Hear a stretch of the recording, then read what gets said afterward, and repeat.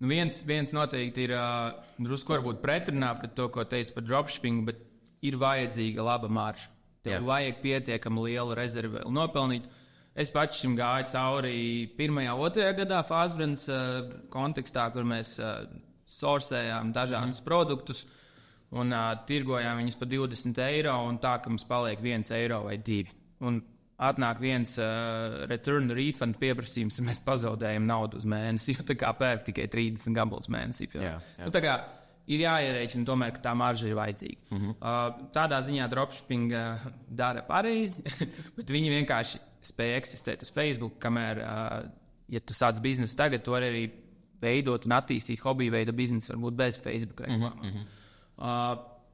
Tik tā kā šitas nepatiks daudziem, ko tu saki tagad. Nē, tā kā, un otrs sāpīgā lieta, ko es pats negribēju ilgi pieņemt, bet ko es klausījos arī dažādos e-komercijas podkastos un visur, viņi principā iesaka Facebook reklāmas startēt tad, kad tu vari atļauties kaut kāds 10-20 tūkstoši mēnesī.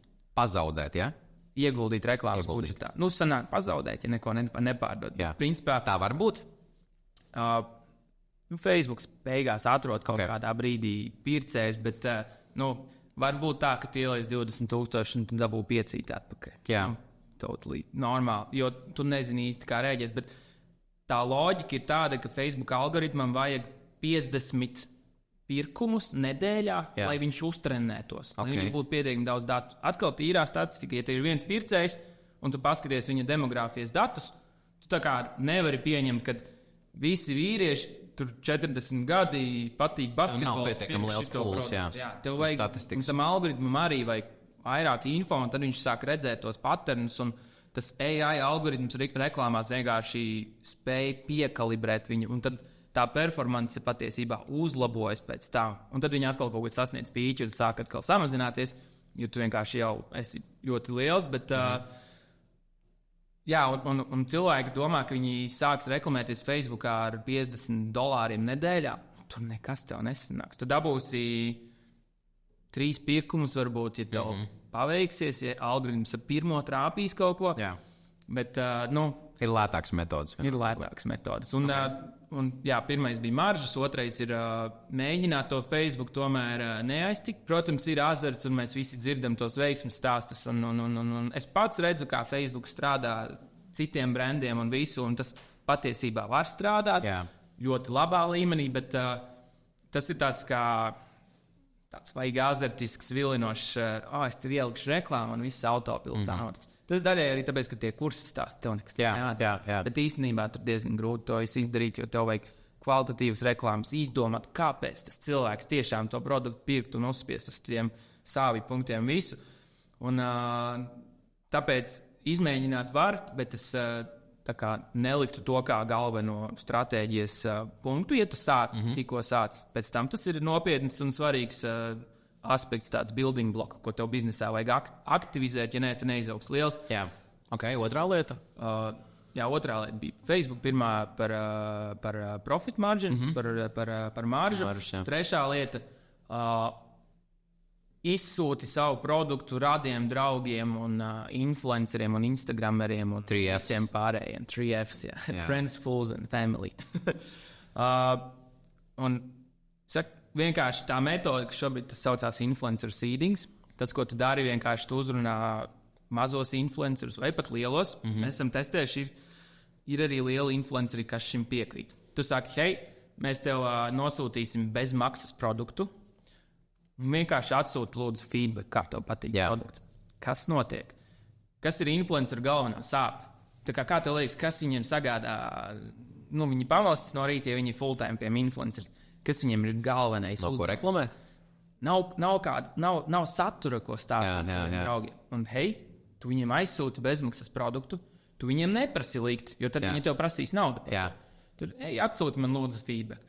Viņi izdzer savu rīta kafiju, viņi paskatās to produktu, un viņiem tāds, ko lai šodien ieliek saviem sekotājiem. Viņiem acis priekšā stāv spēlē, nezinu, produkts, kaut kādas apģērbs vai apavu. Viņam, izstāstīšu par šo. Jā. Un mēs esam testējuši šo konceptu daudz daudz reizes arī tam disku golfa brandam mēs to spēli nosūtījām 30 cilvēkiem. Un vienkārši kaut kāds cilvēks ar 50,000 sekotājiem iepublicē, hei, šī tāda spēle man atsūta, izskatās baigi forši. Mēs neko par to neprasījām. Otra vērtīgā lieta, kas no tā iznāk, pirmais tev varbūt paveiksies un kāds lielais influenceris iepublicēs. Bet kā viņi ieliek sanāk kontentu?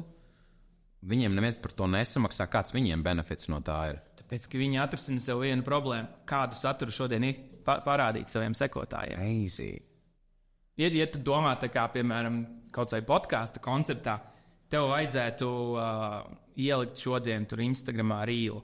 Un tad tev, hei, te ir atbilde, viens atsūta tev kaut kādu foršu rīlu, un tad tāds, ok, jā, es varētu šo ielikt. Varbūt nav labākais piemērs, bet tieši tas seedings uz to arī strādā. Okay, daži atsūtīs, un tas arī Goodwill princips. Goodwill ļoti stiprs aspekts psiholoģijā arī un pārdošanā. Ja tu kaut ko izdari bez maksas labu tam cilvēkam, tad viņš ir more likely, tā kā lielāka iespēja, ka viņš kaut ko labu izdarīs arī tev. Yeah. Tu viņam aizsūtīs produktu bez maksas foršu, kurš sakrīt ar viņa auditoriju un ir iespēja, ka viņi nopublicēs.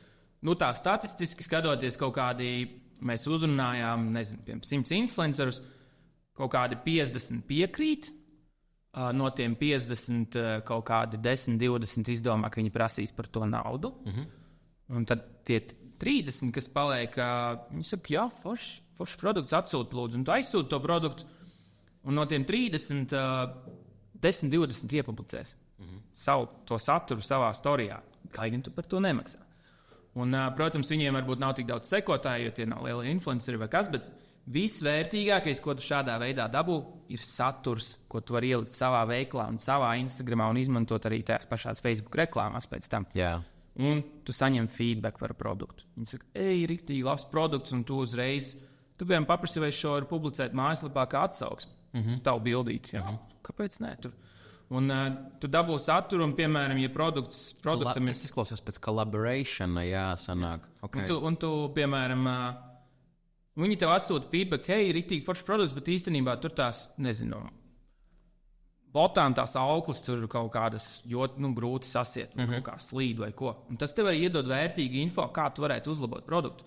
Jo, ja tu tā kā laidīsi Facebook reklāmas vai arī liksi produktu Amazon, un tu nosūtīsi produktus klientiem, neizķerot šīs potenciālās problēmas, tev ātri vien atnāks sliktas atsauksmes, un Amazon gadījumā tas var nogremdēt tev potenciāli vispār produktam izaugt. Jo sliktāk par 0 atsauksmēm ir viena atsauksme ar vienu zvaigznīti. Yeah. Tas vienkārši tanko visu biznesu. Okay. Ir bijuši piedzīvot tādi gadījumi. Vienkārši, un reizēm tā ir vienkārši neveiksme, jo viss ar produktu ir labi, bet cilvēks vienkārši saņēma kasti drusku saņurcīt, vai viņš bija drusku piekasīgs, un viss viņš tev ieliek vienu zvaigznīti. Un no tā izrāpties ārā ir ļoti, ļoti grūti. Bet jā, 3 lietas. Tātad marža pietiekami augsta, bet arī jāpatur produkts tā kā affordable, pirktspējīgā kategorijā. Otrs ir Facebooku ir ok izmēģināt, bet neliec tur lielas cerības, ka tas tagad tev jau no 0 punkta aizvedīs uz miljoniem. Un trešais ir nosūti produktu citiem cilvēkiem un paprasi īsto feedback, kā viņiem patīk. Jā. Daži tev izstāstīs, varbūt izcils idejas. Bija viens brands, kas viņi arī šo te darīja, un viņi sūtīja produktus, un viņiem bija tāda, man šķiet, viņiem bija jaka, ļoti silta ar kaut kādu tur to gadžetu, kas silda kabatas. Viņi pārdeva tur māmiņām, kas staigā ārā, un vīriešiem, kas tur arī tur staigā kaut kur ziemā augstos reģionos. Un tad viņi izsūtīja to produktu, un viens cilvēks viņam uzrakstīja, hei, tā kā šī ir labākā jaka priekš makšķerēšanas. Tā kā viņam tāds makšķernieki. Okay. Viņi uztaisīja video reklāmu Facebookā, ka šis produkts ir perfekts makšķerniekiem.